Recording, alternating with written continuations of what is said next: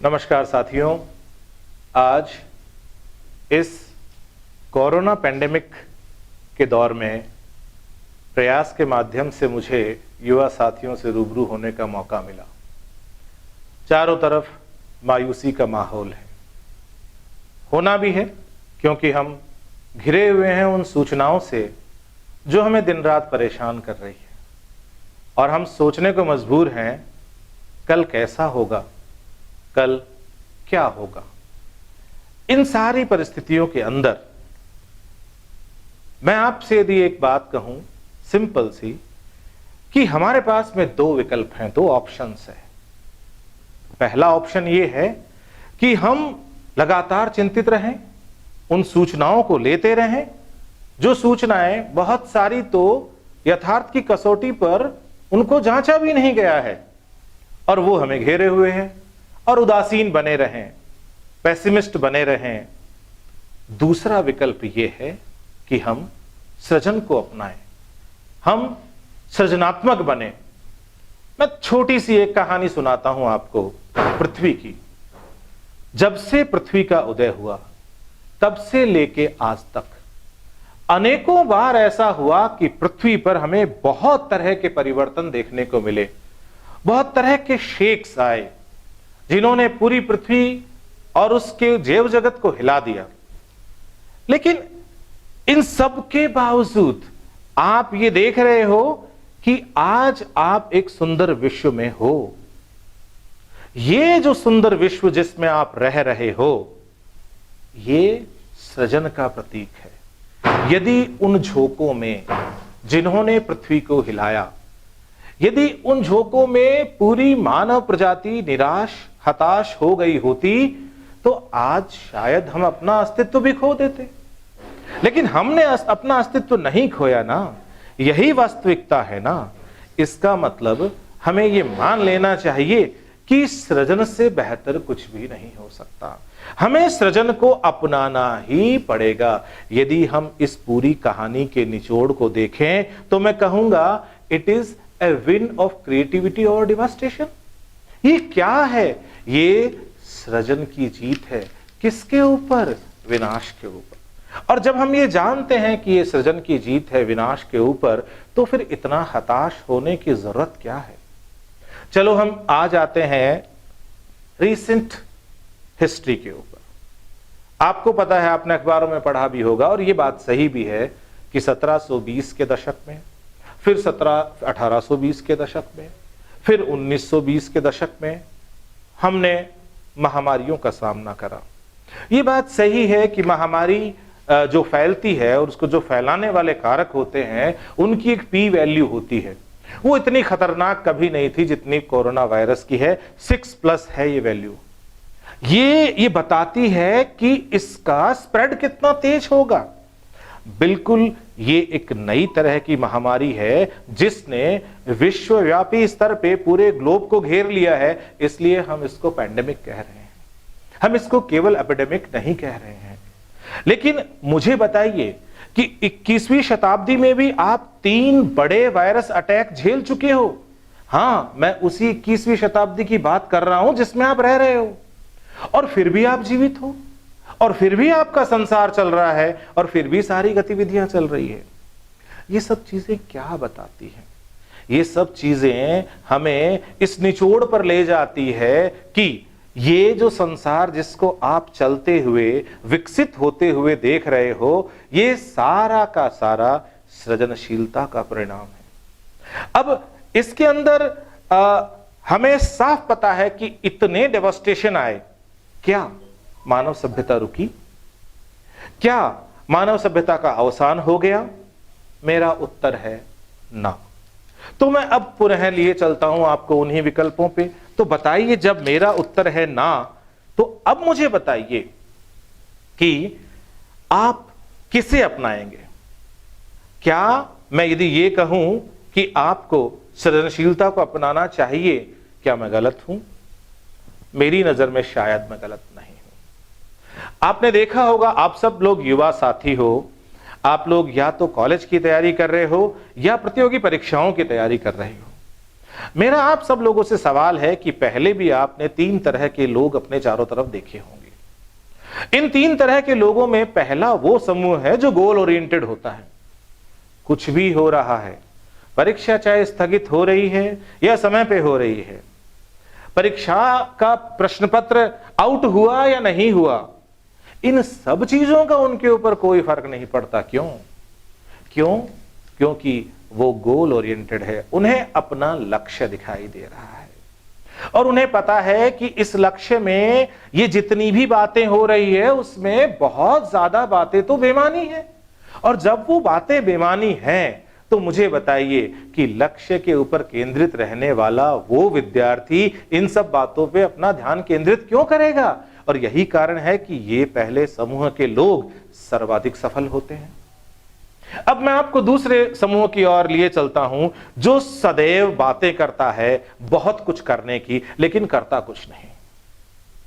ये वो लोग हैं जो परीक्षाओं की तैयारी के लिए माहौल तो बनाते हैं, लेकिन सदैव बात करते हैं परीक्षा के स्थगित होने की, परीक्षा के ना होने की, आगे आने वाले काल को बिल्कुल काले काल के रूप में देखते हैं। वो ये मानते हैं कि युवाओं के सामने कुछ है ही नहीं, हमारे चारों तरफ भ्रष्टाचार है, हमारी सारी संस्थाओं में जितने भी सिलेक्शन होते हैं वो सारे फर्जी हैं। ये वो लोग हैं जो कभी सफल नहीं हो पाते। मैं बाई चांस को छोड़ रहा हूं। और तीसरा जो सबसे बड़ा समूह है, दुर्भाग्य से वो ऐसा समूह है जिसका इन दोनों में से कोई स्टैंड है ही नहीं। ये वो समूह है जो सबसे ज्यादा प्रभावित होता है इन दोनों से।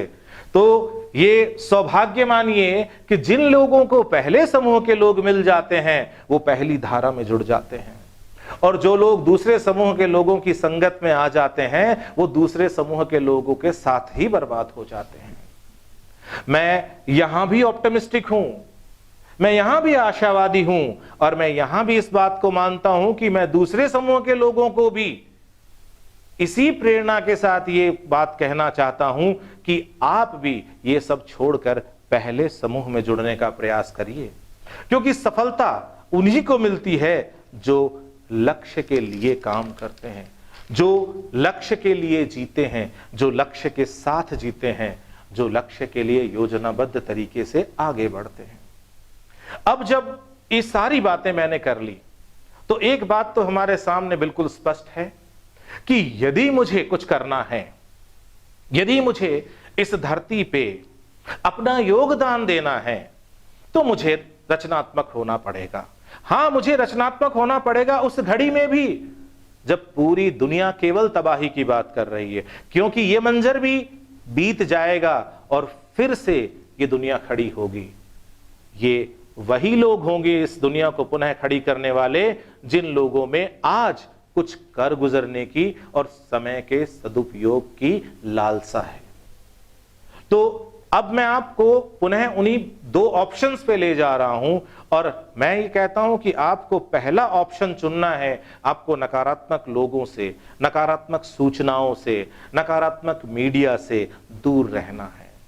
आपको सकारात्मक बनना है, लेकिन केवल सकारात्मकता की बातें करने से तो हम सफल नहीं हो जाएंगे ना। इसका मतलब कि हमें कुछ करना तो पड़ेगा, क्योंकि केवल बातें करने से ना तो आज तक कोई महान हुआ है और ना होगा। तो जब हमें कुछ करना पड़ेगा तो ये मान के चलिए कि कुछ भी करने के लिए हमें थोड़ा सा स्वरूपित होना पड़ेगा। और इस घड़ी में जब चारों तरफ आपको हताशा नजर आ रही है तो मैं ये कहूंगा, you have to search opportunity rather than create opportunity in this period of adversity. इस आपात की घड़ी में भी आपको या तो संभावनाएं खोजनी पड़ेगी या संभावनाएं विकसित करनी पड़ेगी, बनानी पड़ेगी, और फिर उस संभावनाओं के लिए आपको काम करना पड़ेगा। और अब मैं उस बात पे चलता हूं कि इस लॉकडाउन के पीरियड में या इस लॉकडाउन के खुलने के बाद ये जो नए तरीके हमारे सामने आए हैं उनके बीच में रहकर और हमें अपने समय को किस तरह से साधना है, इस साधना के लिए मैं आपको एक पुराने तरीके में लिए चलता हूं जिसको कहते हैं स्वॉट analysis, SWOT. S stands for strength, W stands for weakness, O stands for opportunity and T stands for target here for me for this lecture. और जब मैं आपसे ये बात कर रहा हूं कि आपको ये सारी बातें करनी होगी, तो मैं एक एक करके आपसे इनका खुलासा करता हूं। सबसे पहले जब मैं आपसे बात करता हूं कि आप सबसे पहले अपनी स्ट्रेंथ को खोजिए। इसके लिए कोई दूसरा नहीं आएगा, क्योंकि आपसे बेहतर आपको कोई और जानता ही नहीं। आप ही तो हो जो अपने आप को बेहतरी से जानते हो। तो क्यों ना आप ही थोड़ी मशक्कत करो और अपने व्यक्तित्व की क्षमताओं की पहचान करो। यह पहचान हो सकती है आपके अंदर लीडरशिप क्वालिटी के होने की, यह पहचान हो सकती है आपकी भाषा पे बहुत अच्छी पकड़ होने की, यह पहचान हो सकती है आपकी तार्किक क्षमता और गणित पे अच्छी पकड़ होने की। अनेकों बहुत बड़ी लिस्ट हो सकती है। आपको सेल्फ एक्चुअलाइजेशन की तरफ बढ़ना पड़ेगा। आपको अपने अंदर की शक्ति को पहचानना होगा, क्योंकि जब तक आप अपनी शक्ति को नहीं पहचानोगे आप कल की योजना नहीं बना पाओगे।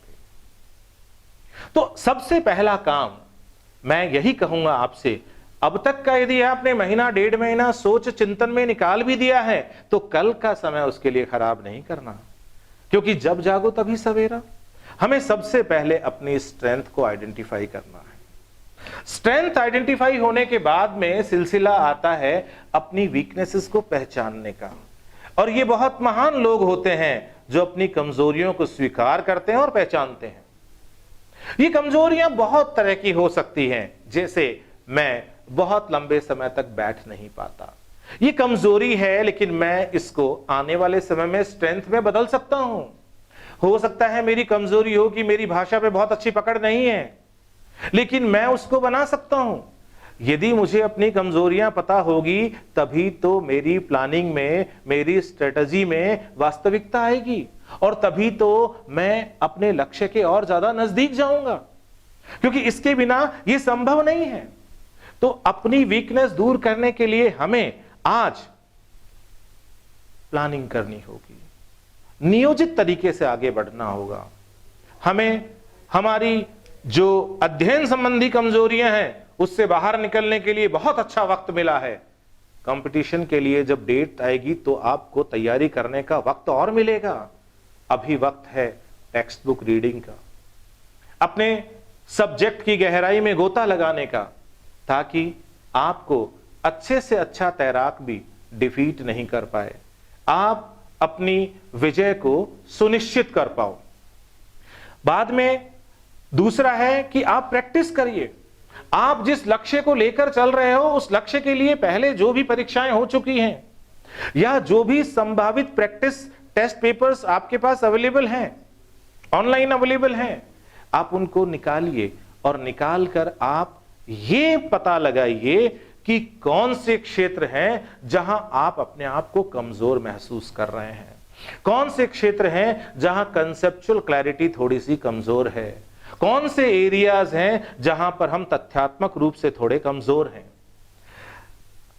Develop confidence. बहुत सारी बार हम परीक्षा की तैयारी कर रहे होते हैं लेकिन फिर भी हमारे अंदर आत्मविश्वास की कमी होती है। यह वक्त है अपनी कमजोरियों को दूर करके अपने आत्मविश्वास को प्रबल करने का, उसको मजबूत करिए और इसके साथ साथ अपनी जो भी स्ट्रेटजी बनाएं उसको आप बिल्कुल रेखांकित करिए, वायबल रखिए, मतलब उसको ऐसे दायरे में रखिए जिसको हम संपादित कर सकें। और इसके बाद जो अगली बात आती है वो आती है अपॉर्चुनिटीज की। और जैसा मैंने कहा कि अपॉर्चुनिटीज यदि हैं तो उनको पाने की कोशिश करिए और नहीं है तो विकसित करिए, क्योंकि आपको यदि अवसर हैं तो उन पर झपटिए और अवसर नहीं है तो अपने लिए अपनी क्षमता के अनुसार और अपनी कमजोरियों को दूर करके अवसरों को विकसित कर लीजिए। और जब आप अपने अवसरों को रेखांकित कर लोगे तो चौथा जो शब्द है, चौथा जो अक्षर हमने लिया है शॉर्ट शब्द में, वो अक्षर है टी, टारगेट, गोल, वो हमारा आइडेंटिफाई हो जाएगा। गोल आइडेंटिफाई करने के साथ साथ आपको दो बातों का ध्यान रखना है। नंबर एक, आपके गोल में रिजिडिटी नहीं होनी चाहिए। आपके लक्ष्य में रिजिडिटी आपको भविष्य में परेशान कर सकती है। आपने लक्ष्य बनाया कि मुझे तो प्रोफेसर बनना है, तो आप ये नहीं कह सकते कि यदि मैं दुनिया में प्रोफेसर नहीं बनूंगा तो मैं अपने आप को ही खत्म कर लूंगा। ये रिजिडिटी कभी नहीं होनी चाहिए गोल सेटिंग में। आपने लक्ष्य बनाया कि मुझे आईएएस बनना है और आप नहीं बन पाए तो आप ये सोचो कि जीवन खत्म हो गया यहां पर, ऐसा कभी होता ही नहीं है। गोल सेटिंग में फ्लेक्सिबिलिटी बहुत जरूरी है, क्योंकि आप जब अपनी स्ट्रेंथ और वीकनेसेस पे काम कर चुके होते हो, अपनी स्ट्रेंथ को पहचान चुके होते हो और अपनी वीकनेसेस को दूर कर चुके होते हो, तो आपके पास में कई एरियाज होते हैं जिनमें आप ये सोचते हो कि मैं बेहतर कर सकता हूं। आप उनमें से 3-4 एरियाज को अपने प्राथमिक एरियाज बनाइए और उनके अंदर कोई ना कोई तारतम्यता होनी चाहिए। ये नहीं कि एक तरफ आईएएस का फॉर्म भर रहे हो और दूसरी तरफ कहीं ड्राइवर की वैकेंसी निकली है, आपने उसके लिए भी फॉर्म भरने के लिए अब घर से निकल पड़े। ये नहीं है फ्लेक्सिबिलिटी। फ्लेक्सिबिलिटी का मतलब ये है कि आपके गोल एक से ज्यादा हो सकते हैं, लेकिन उनके लिए, उन मंजिलों के लिए जो रास्ता जा रहा है वो कहीं ना कहीं एक है, उसमें कहीं ना कहीं जुड़ाव है। यदि वो जुड़ाव है तो वो निश्चित रूप से आपको किसी न किसी मंजिल पर ले जाकर खड़ा करेगा। ये है मेरा मायना फ्लेक्सिबिलिटी का। दूसरी बात, जब हम गोल सेटिंग की बात करते हैं तो हमारे सामने आती है, और वो ये है कि हमारे गोल सेटिंग में ऑप्शनलिटी होने के साथ में दूसरी चीज जो होनी चाहिए वो ये होनी चाहिए कि हमारा गोल रियलिस्टिक होना चाहिए। हमारा गोल किसी प्रोपेगेंडा की तरह नहीं होना चाहिए। हमारे गोल में यथार्थता होनी चाहिए। हमारा गोल हमारी वास्तविक क्षमताओं और हमने जो कमजोरियां दूर करी है उन पर ठहरा हुआ होना चाहिए। यदि हमारे गोल में वास्तविकता नहीं है तो भी हम कहीं ना कहीं धूमिल हो जाएंगे। और अब देखिए कि बहुत सारी बार ऐसा होता है, जो मैंने अभी बात की आपसे, कि आपका गोल पहले से डिसाइडेड है। बहुत सुंदर बात है, आपने पहले से ये एक्सरसाइज कर ली और पहले से आपका गोल निर्धारित है। इससे सुंदर बात कुछ भी नहीं हो सकती।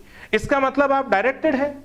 अब यदि आप डायरेक्टेड हैं, या जैसा मैंने बताया उसके हिसाब से आपने अपने गोल को तैयार कर लिया है, तो अब आप क्या करिए, स्ट्रेटेजिक प्लानिंग करिए। क्योंकि बिना स्ट्रेटेजिक प्लानिंग के हमें कुछ भी नहीं मिल पाएगा। और यदि आपको स्ट्रेटेजिक प्लानिंग करनी है तो अब आप सुनिए, सबसे पहले आप उन एरियाज को पिक करिए जहां पर आप अपने आप को सहज महसूस नहीं कर पा रहे हो। मैं फिर दोहरा रहा हूं कि जब आप अपने स्ट्रेटेजिक प्लानिंग में आगे बढ़ रहे हैं, अपने गोल को प्राप्त करने के लिए जब आप नियोजित तरीके से आगे बढ़ रहे हैं, सबसे पहले उन एरियाज को चुनिए जिन एरियाज से आप भागते हो, जहां पर आप अपने आप को सहज महसूस नहीं करते हो, जो एरियाज आपको परेशान करते हैं। क्योंकि ये वो समय है जब आप एकांत में हो, ये वो समय है जब आपके पास में भरपूर समय है, ये वो समय है जब एक दिन आपके लिए 5 दिन जैसा काम कर रहा है। तो क्यों ना ऐसे समय में आप अपनी उन असहज क्षेत्रों को, जिनमें आप अब तक अपने आप को सहज महसूस नहीं कर रहे थे, सहजता में बदल दीजिए। क्यों ना उन चीजों के लिए काम करिए जो अब तक आपकी कमजोरियां थी। वो कमजोरी भाषा की हो सकती है, वो कमजोरी टेक्स्ट बुक रीडिंग कम होने की हो सकती है। क्यों ना आप उस पर काम करिए, क्योंकि जब भी ये सारी दशाएं नॉर्मल होगी, जब भी हम किसी कॉम्पिटिटिव एग्जाम के बारे में सोचेंगे, तो हमें 2 से 3 महीने मिलेंगे ना। उन 2 से 3 महीनों में हम और ज्यादा फोकस हो जाएंगे।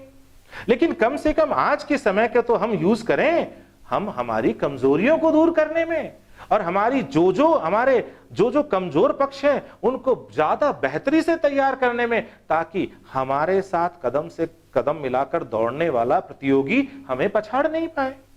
क्योंकि ये सारी दुनिया जो है वो एक तरह की प्रतियोगिता है, और इस प्रतियोगिता में जीत उसी की होती है जो अपनी कमजोरियों को दूर कर अपनी अच्छाइयों पर विजय पा लेता है।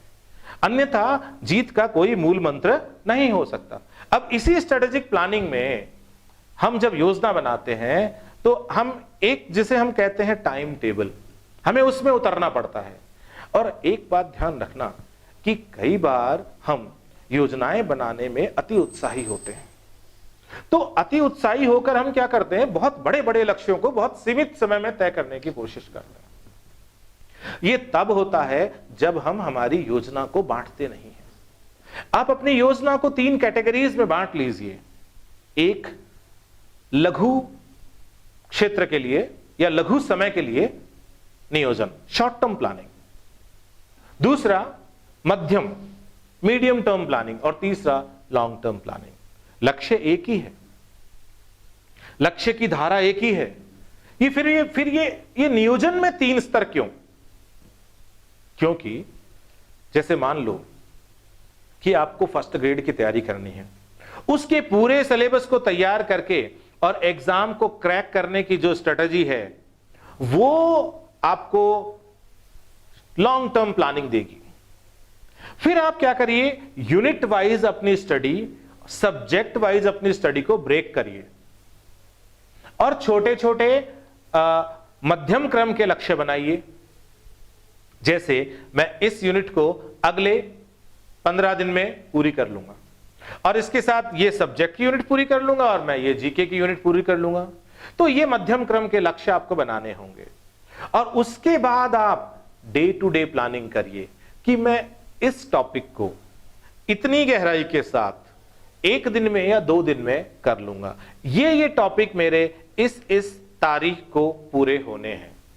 यदि आप इस तरह से आगे बढ़ोगे तो ये मान के चलिए आप स्वयं अपने मास्टर हो जाओगे। आप स्वयं अपने मास्टर हो जाओगे। इससे मेरा तात्पर्य यह है कि आप स्वयं अपने आप को ऑब्जर्व करने लगोगे, आप स्वयं अपनी प्रोग्रेस को ऑब्जर्व करने लगोगे और आप स्वयं ये महसूस करोगे कि मुझे कहां अपनी तैयारी को तेज करना है, कहां अपनी तैयारी को धीमा करना है, और आप एक बहुत ही स्वरूपित ढंग से आगे बढ़ोगे। अब मैं आपको लिए चलता हूं कि we have entered in a new world. हम एक नए विश्व में प्रवेश कर रहे हैं।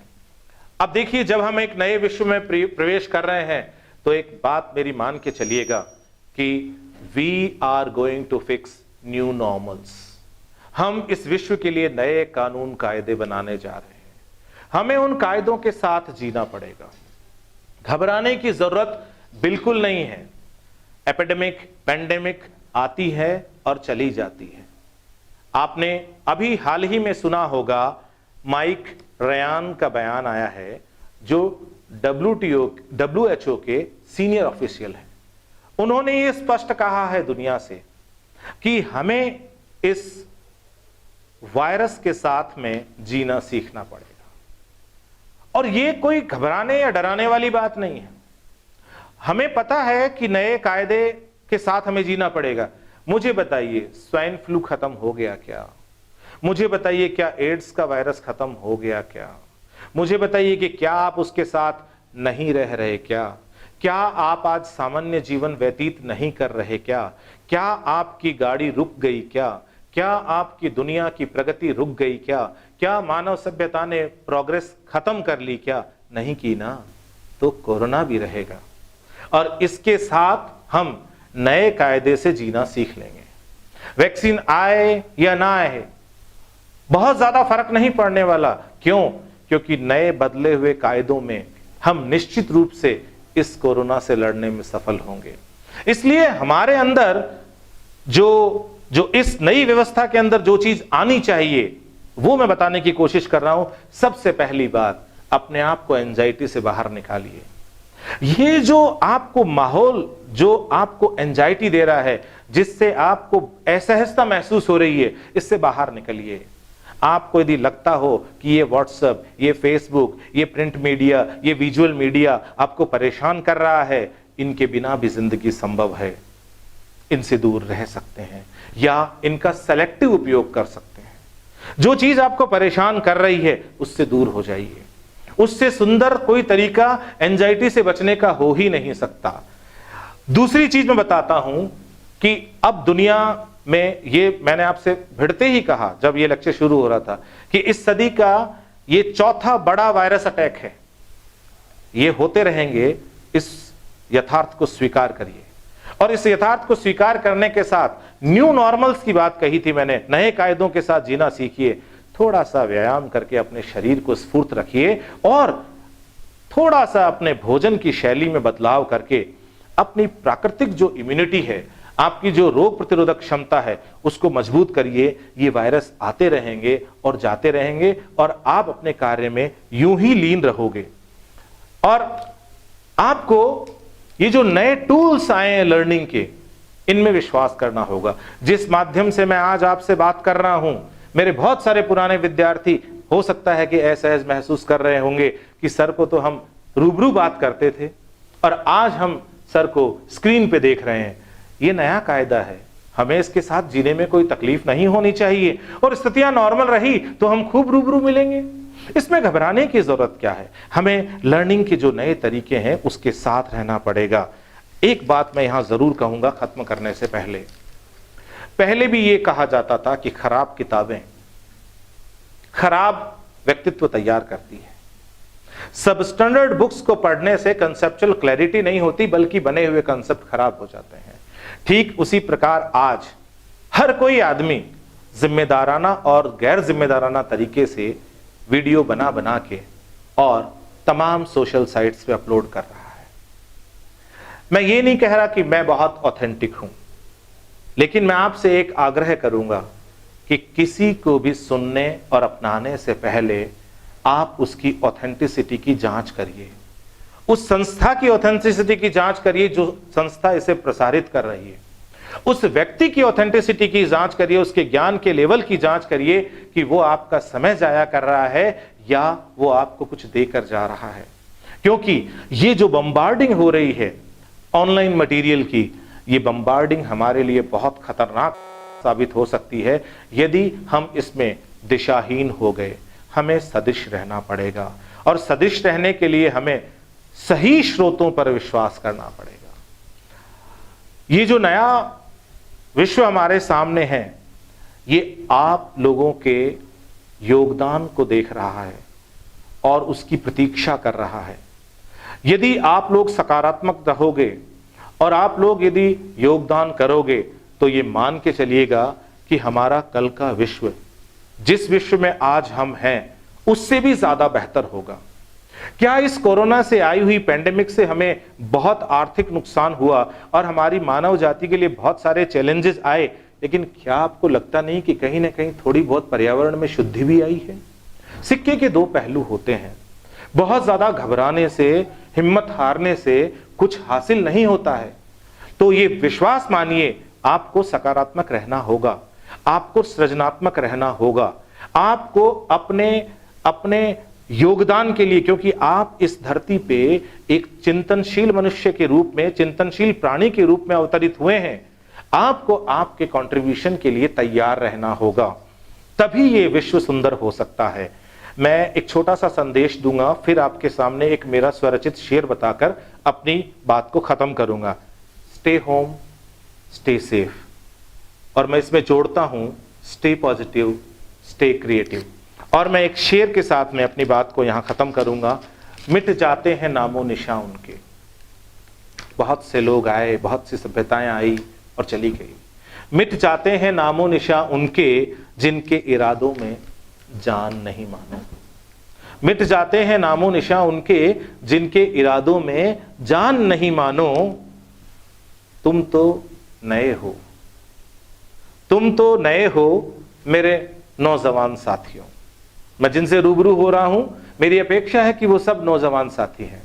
तुम तो नए हो मेरे नौजवान साथियों, सृजन से तुम इमारत नई बना डालो, सृजन से तुम इमारत नई बना डालो। मैं प्रयास संस्थान का आभारी हूं कि इन्होंने मुझे आमंत्रित किया और मुझे यहां इन्होंने उचित समझा बुलाना कि इस दौर में जब मायूसी छाई हुई है, तब हम अपने बच्चों में कैसे ऊर्जा फूंक सकते हैं, कैसे हम उनको मोड़ सकते हैं, क्योंकि दिशाहीन बनाना बहुत आसान है लेकिन सही दिशा पे लाना बहुत मुश्किल है।